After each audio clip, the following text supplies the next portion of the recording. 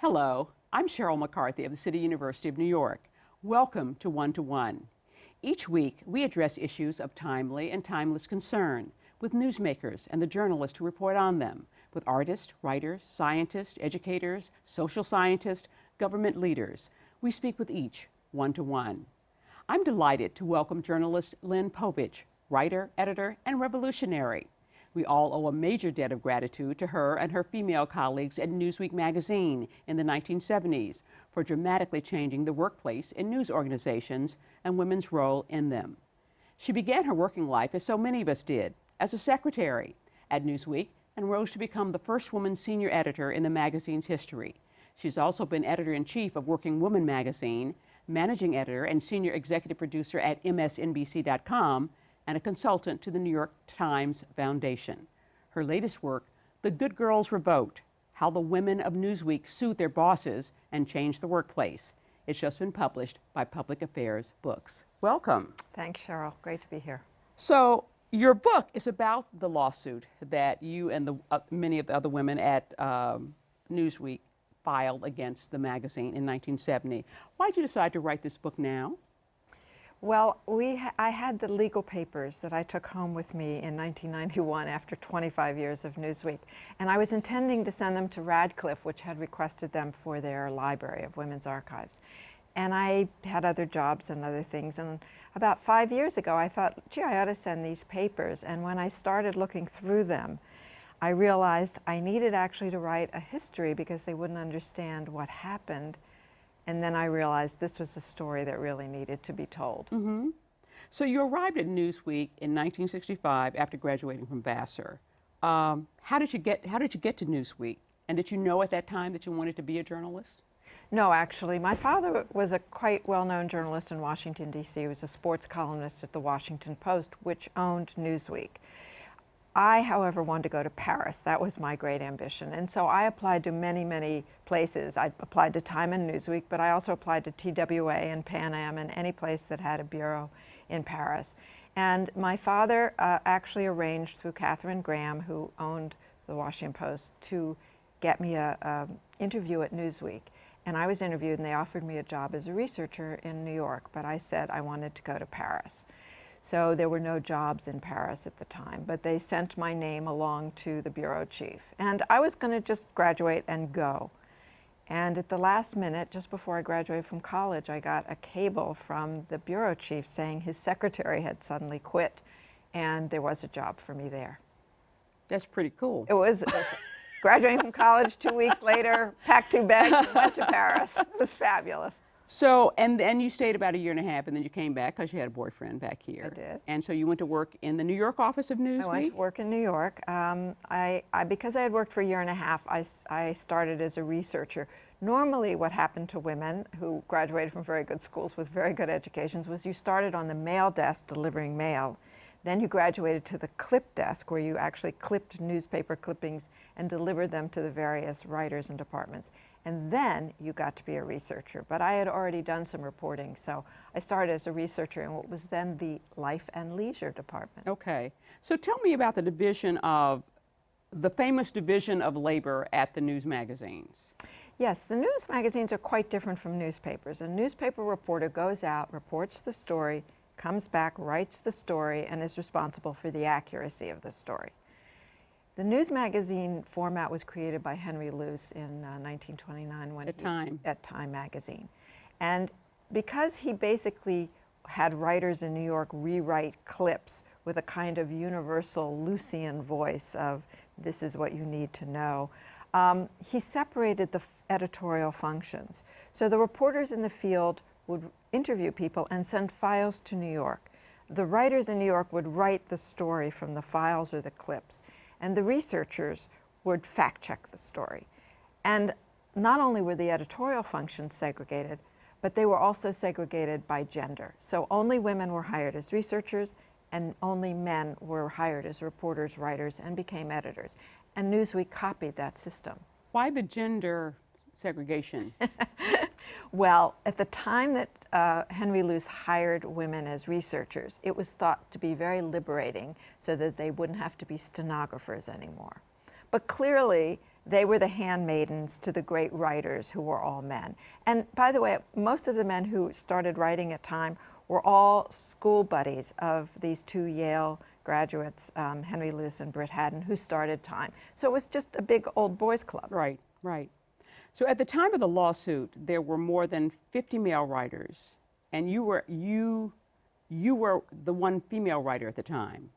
And the top woman was the head of researchers who had been at Newsweek for like 40 years. So so basically women they didn't, except for you at the time, women basically didn't get to write. No, I mean, they didn't hire women as writers, which is interesting because there were certainly women writing at newspapers at the time. And they didn't promote out of the research category. Some women got promoted to reporters, a few.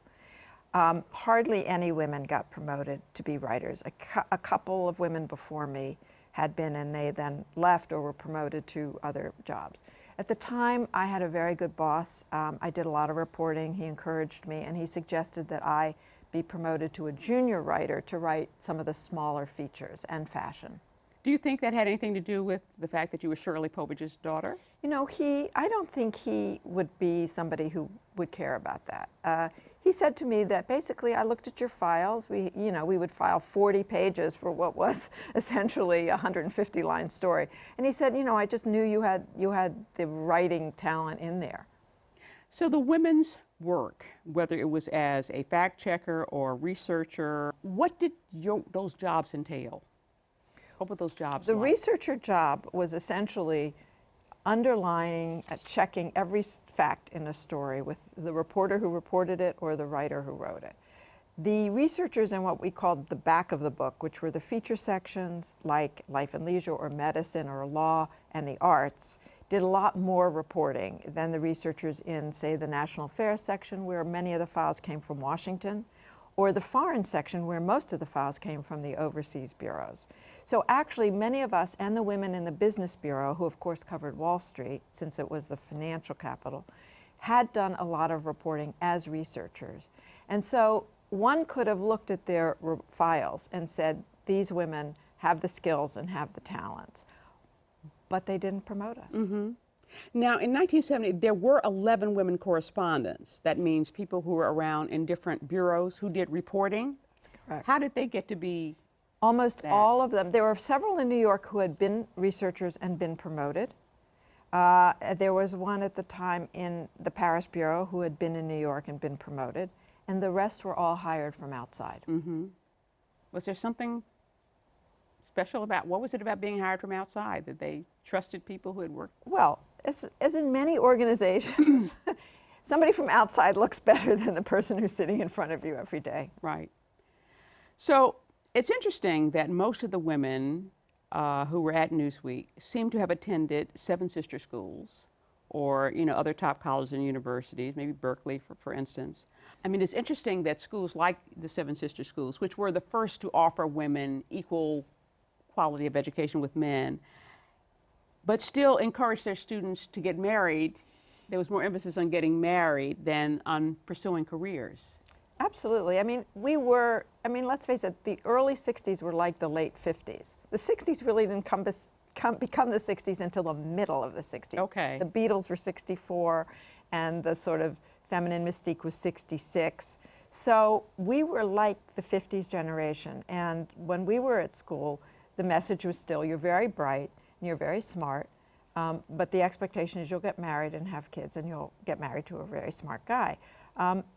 We were told we were smart and we were competent, but we were never actually told about careers. Mm-hmm. We would maybe get a job and work till we had kids. That's interesting, because when I saw the movie, the one with Julia Roberts about Wellesley, Yes. whatever, Mona Lisa or whatever it was, and that seemed to be, and I'm thinking, well, but the Seven Sister Schools, I guess by the time I got to one, which is in the mid-60s, graduated in the late 60s, there was more emphasis on you can be whatever you want to be, as opposed to on you got to get married. Although by the time you're a senior, people got real nervous if they didn't have an engagement ring or a steady boyfriend. So what was the political and social climate of the country, if you had to describe it, at the time that you went to Newsweek? Well, I got to Newsweek in '65. I graduated. I got back to New York at the end of '66. And so this was a period which had enormous social and political upheaval. First, there was the civil rights movement, and that sort of created the template for protest in many ways, and for the sense of injustice and the sense of civil rights. And let's face it, a lot of women worked in the civil rights movement, so they had some experience, we had some experience there. Then there was the anti-war movement towards the end of the 60s, middle 60s to the end, and that sort of challenged authority.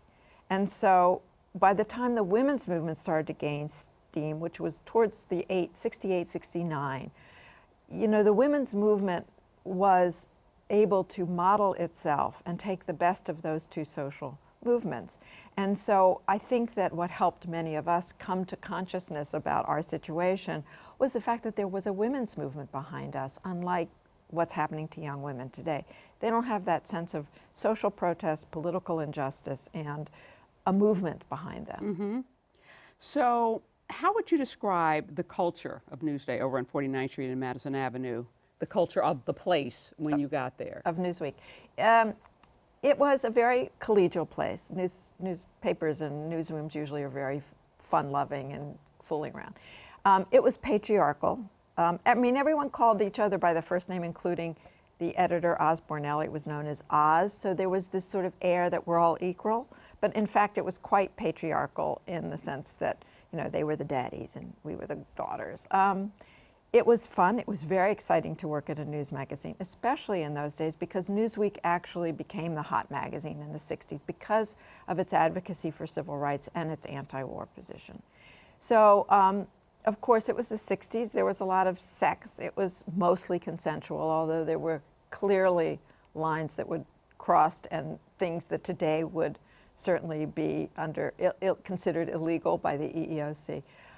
But for the most part, we were thrilled to have a job at a really interesting place about things that mattered. Mm-hmm.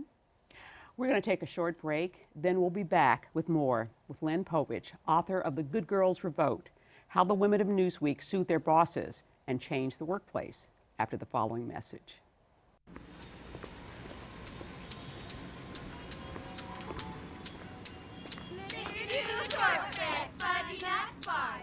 How many trees in the cookie jar? 1, 2, 3, 4, 5, 6, 7. The smallest moments can have the biggest impact on a child's life. Go Dad! Go Dad! Take time to be a dad today.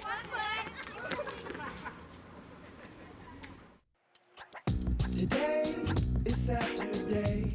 60 minutes of physical activity a day and eating well can help get your child healthy. Get ideas, get involved, get going at letsmove.gov. That's letsmove.gov.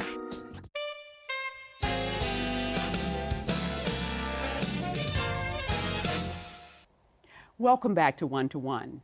I'm Sheryl McCarthy of the City University of New York, and I'm talking with Lynn Povich, author of the Good Girls Revolt, How the Women of Newsweek Sued Their Bosses and Changed the Workplace. It's just been published by Public Affairs Books. So we know there was a lot of sex going on, probably a lot of drinking and smoking too. Was it like Mad Men? Well, there are aspects of Mad Men, except as you know, journalists don't dress quite as well as That's Mad Men. true. They're That's pretty true. sloppy, and there were no martini trays in the Okay. office. And so, and obviously sexist. And you write about the guy in the mailroom. Yeah, there was a guy who sort of was a creepy guy and would take out young women and, you know, say, have an ice cream, and then sort of ask them if they would rub his back or go back to his apartment. I mean, you could say no, but it was just so creepy that finally somebody yelled and he got fired. Mm-hmm. Now, how about Walter Kroll? He was a writer or editor? Who was he? Jack Kroll. I'm sorry, Jack Kroll. Jack Kroll was a... Let's not slander the wrong person. No. Jack Kroll was a brilliant senior editor in the back of the book who covered the arts and was a sort of polymath who could write about everything. Mm-hmm. He was terrific. And he, you know, he had certain favorites, I mean, as lots of writers and editors did. But there was one particular incident I think you're referring to where for some reason he got a crush on one of his researchers, and he actually ended up stalking her.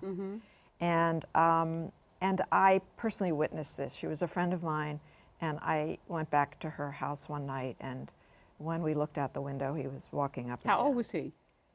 I would say at the time, Jack was maybe in his late 40s or Okay. early 50s, maybe. Okay. 50s. Married, single? Single. Okay. Single. Okay. But clearly he had a real thing for this woman, and at one point he literally asked her to marry him and said if she didn't accept, she would have to leave Newsweek. Really? Yeah, Oh my goodness. And- And she did finally leave, right? she did. Wow. On the whole, were the women there to work for a little while and then get married and have families, or were there? No, it was a mix. Ambitious.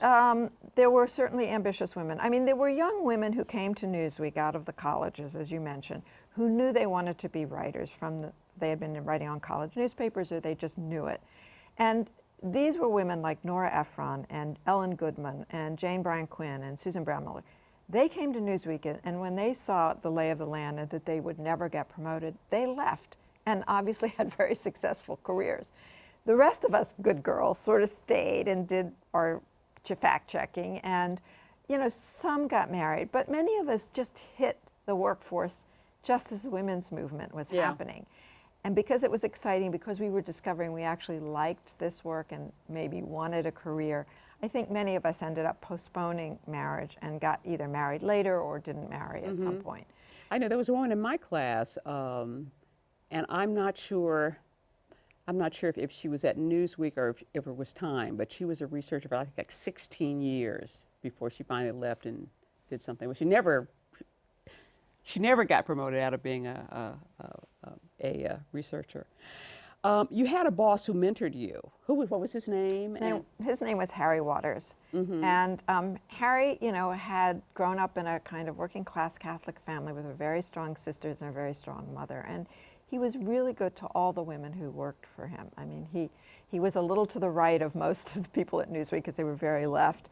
But he was very good to all of us who had ever reported or researched for him. So as a junior writer, what was your title? We had ridiculous titles. We were like assistant editors, and then, editorial assistants, then senior editorial assistants. You couldn't tell anything from the titles. Right. We were basically researchers, reporters, or writers. Okay. Now, the Newsweek lawsuit started as a result of a consciousness-raising group that Judy Gingo belonged to. It's interesting to me. I remember reading Doris Day's book, wait a minute. Who was the head of the Catholic Worth It movement? Am I saying her name right? Dorothy Day. Dorothy Day. And she talks about how they get started with just a bunch of people sitting around talking, which I think is how all movements start. Is probably how the civil rights movement started and how the women's movement started. People sitting around talking and getting worked up and getting angry. And it started with Judy. Now, Judy, was she a researcher as well at the time? Yes, Judy is a fascinating case. Judy was a Marshall Scholar, which is one of the most prestigious. It's like the Rhodes, only it's smaller, so it's even harder to get. Right. And at the time, it accepted women, unlike the Rhodes, which didn't accept women until 1977. Right. She graduated from Smith in, I think, 63. When she got back to New York, she could not find a job. She was brilliant, and she ended up being a fact checker at Newsweek. And she was having lunch with a friend who was a lawyer and explaining sort of what the situation of our jobs at Newsweek was. And the woman said, that's illegal. And Judy was flabbergasted. This was 1969, 5 years after the '64 Civil Rights Act. And Judy said, I didn't know. And she said, call the Equal Employment Opportunities Commission and you'll find out. So Judy the next day called the EEOC, and the woman said, yes, it's illegal to segregate jobs by gender. And Judy said, well, I don't think the guys know it's illegal. I think we should tell them. And the woman said to her, are you crazy? If you tell these guys, people who have power don't want to give up power. They'll just co-opt you. They'll promote 2 women. It'll be finished. You have such a clear case of discrimination, you have to sue. And so one by one, she went to a couple of her close friends. I was the 5th person she talked to. And we decided to start organizing very carefully. Each one of us would take one other woman and talk to her because we were afraid we were going to be found out and fired. We were It was doing this interesting at when you look work. at the stealth way that you had to, ambushing people in the ladies' restroom, and talking about, So you approach some women and not others. We actually approached, we would say something in the ladies' room to somebody like, ugh, I have to check this story from this guy and ugh, I could write it better. And if they responded, we would say, well, we're thinking of doing something. In the end, we got all of the women researchers at Newsweek to join. The women we couldn't get to join were the black women researchers. There probably were 4 or 5 women at the time in 1969 or early 70. And they were really torn because their first loyalty was to the civil rights movement. And they felt at the time, they told me later, that they were discriminated more as blacks than as women. That's what they felt. And they also felt that we were very privileged upper middle class white women who were worried about getting ahead at work, and their concerns were much larger. Their concerns were not only about working, they had to work and how much they could earn but they also had concerns about their families and about men and about the entire, what was happening within the black world. And so they decided informally that they were going to just wait, because if the blacks were ever going to sue Newsweek or the company, they would rather do that. So we actually didn't get the black researchers. We got one black woman signatory who worked in the letters department who did sign the complaint. But it was unfortunate, and we had hoped that they would join, but we certainly understood how they felt. And in the beginning, eventually your group numbered about 46. 46 of us announced the suit on March 16, 1970. Tell me about Eleanor Holmes Norton, your lawyer. Eleanor, if you know, is the current delegate from the District of Columbia. She's the most fiery, passionate, smart person I know. She's great. She, at the time, was the assistant legal director of the ACLU, and we wanted a woman lawyer. We eventually got to her. And we were explaining the situation at Newsweek, and she grabbed the magazine out of our hands, and she just opened it to the masthead, and she said, the fact that there are men from this category at the top to this category at the bottom, and then there are only women in this bottom category means there's a pattern of discrimination. So I'll definitely take your case. And she held the editors to the line. We had a meeting, we were negotiating with the editors after we sued. They immediately wanted to negotiate and settle. And we were in a meeting with Oz Elliott, and he said, we would like to promote and hire women, but we also need to promote and hire blacks. And she said to me, Mr. Elliott, now you're telling me you've got 2 problems here. You really had weeks or months of meetings with her before you, yes, filed. She was concerned because she had to toughen us up. We were the first. We didn't know what was going to happen. We would be protected legally from being fired, because once you file a legal complaint, you can't be fired. But God knows what was going to happen. We could have been frozen out. We could have, terrible repercussions could happen. So we had this kind of boot camp for 6 weeks where we'd meet with Eleanor. She was like 7 months pregnant in her apartment. And she would just toughen us up and sort of make us a group and say things like, you've got to, because people would say, well, maybe we should just go to the editors. And she'd say, you think you can just go to daddy and ask for what you want? You've got to take off your white gloves. You got to be tough about this. You have to be united. She said, I was afraid that 1 or 2 would be picked off, and that would leave the rest very vulnerable. You write about the click moment when women realize that they're getting screwed and decide to do something about it. And for Judy, it was, when she found out that, what was happening was illegal. But there was also, Newsweek was planning a cover article about the women's movement, right? And didn't hire anybody, couldn't find anybody from inside to write the article. Yes, we had been organizing, and we had Eleanor, and then we found out that the editors wanted to cover the women's movement, which was becoming very newsworthy. But of course, there were no women writers at the magazine. I was a junior writer. I certainly wasn't experienced enough at that point to write a cover story. But they knew that they couldn't have a man write it, so they went, for the first time in the history of Newsweek, they went outside the staff, and they hired a star writer at the New York Post, a woman named Helen Dudar, to come and freelance this article for Newsweek. And we knew at that moment that we had a news peg, that the day that Newsweek appeared on the stands with a cover story that said, "Women in Revolt," we announced that 46 of us were suing them for It was the same hiring and day. promotion. It was the same Monday, and we knew the publicity would get them much more than the discrimination. So the battle was joined. We're out of time for today, but we'll be back with more with Lynn Povich next week.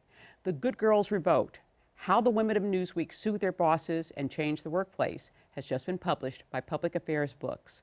For the City University of New York and One to One, I'm Sheryl McCarthy.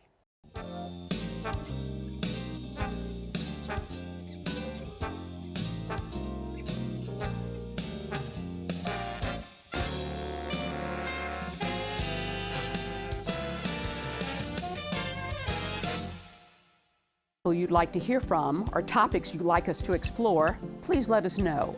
You can write to me at CUNY TV, 365 Fifth Avenue, New York, New York, 10016, or you can go to the website at cuny.tv and click on Contact Us. I look forward to hearing from you.